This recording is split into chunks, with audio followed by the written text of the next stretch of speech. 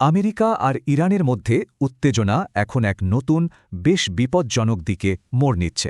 ভাবা যায় এক বিশ্বনেতার মাথার দাম ঘোষণা করা হয়েছে পাক্কা $1 কোটি। আর এই টার্গেট আর কেউ নন, ইরানের একেবারে নতুন সর্বোচ্চ নেতা মোজতবা খামেনেই। কিন্তু প্রশ্ন হল, কেন তিনি হঠাৎ ওয়াশিংটনের জন্য এত বড় এক লক্ষ্য হয়ে উঠলেন? চলুন খুব সংক্ষেপে দেখে নিই কী করে তিনি এই ক্ষমতায় এলেন। বাবার মৃত্যুর পরেই মোজতবার ক্ষমতা গ্রহণ আমেরিকার কড়া বিরোধিতার মুখে পড়ে।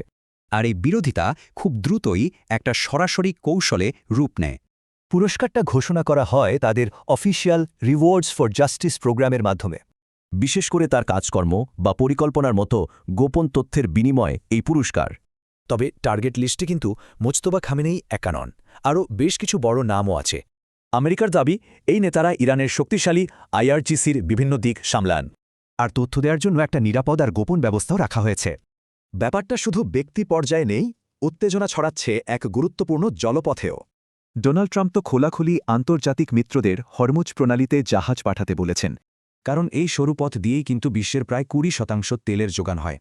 একদিকে যেমন সামরিক উত্তেজনা, তেমনি অন্যদিকে চলছে এক তথ্যের লড়াই বা ইনফরমেশন ওয়ার। নতুন নেতার স্বাস্থ্য নিয়ে এমন সব পরস্পর বিরোধী খবর ছড়াচ্ছে যা পরিস্থিতিকে আরও ঘোলাটে করছে। তো এই সব কিছুর পর সারা বিশ্বের জন্য এর মানেটা কি দাঁড়াচ্ছে? মধ্যপ্রাচ্যের এই ক্ষমতা লড়াই কিন্তু একটা বড় বিশ্বযুদ্ধের দিকে মোড় নেয়ার আশঙ্কা তৈরি করছে। আসল প্রশ্ন হল, এটা কি সত্যিই যুদ্ধের প্রস্তুতি, নাকি শুধুই রাজনৈতিক চাপ তৈরির একটা খেলা?